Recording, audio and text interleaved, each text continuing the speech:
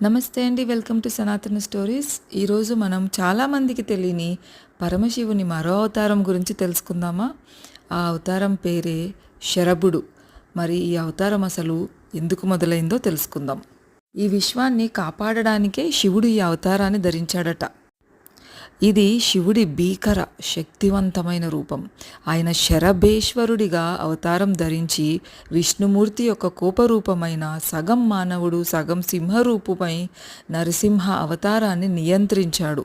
విష్ణుమూర్తి నరసింహ అవతారాన్ని తనకి ఎంతో ఇష్టమైన భక్తుడు ప్రహ్లాదుడిని రాక్షసుడైన తండ్రి హిరణ్యకశిపుడి నుంచి రక్షించడానికి ఎత్తాడు. అతన్ని చంపేశాక నరసింహుడిలో ఆగ్రహ జ్వాలలు ఇంకా తగ్గలేదు. అదే పనిగా గాండ్రిస్తూ ప్రపంచాన్ని మొత్తం భయంతో వణికించేశాడట.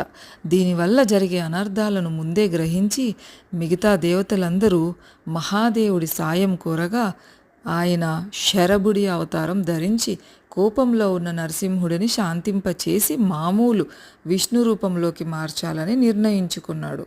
శరభుడిగా శివుడి రూపలక్షణాలేంటో తెలుసుకుందామా? శివుడి అవతారమైన శరభుడు మానవుడు, జంతువు మరియు పక్షి కలగలిసిన అతి పెద్ద పరిమాణంలో గండ భేరుండ పక్షి సింహం రూపం కలయికతో అట్టలు కట్టిన జుట్టు ఆ రూపంలో చాలా కోపాన్ని సూచిస్తుంది. తలపై ఒక పెద్ద జుట్టుతో శరీరానికి వెనుకవైపు విచ్చుకొని ఉండే పెద్ద రెక్కలు మరియు పొడవైన తోక వీపుపైన ఉంటాయి. నోటిలో చాలా సూదిగా ఉండే దంతాలు, పరిష్టమైన పంజాలు ఆ రూప ముఖ్య ఆయుధాలు. ఉరుము లాంటి గొంతు ప్రతిధ్వనులు సృష్టిస్తూ అసలు వినలేము. 3 కళ్ళు నిప్పు కణితుల వలె మండుతూ ఉంటాయి. పళ్ళు మరియు పెదవులు స్పష్టంగా ఏర్పడి కనిపిస్తాయి కూడా. మొత్తంగా అన్ని సమయాల్లో భరించలేని ఒక బుసకొట్టే శబ్దం వినిపిస్తూనే ఉంటుంది. పరమశివుని శరభావతారం కథ. మొదటిగా శివుడు వీరభద్ర రూపం ధరించి నరసింహుడిని శాంతించమని కోరాడు.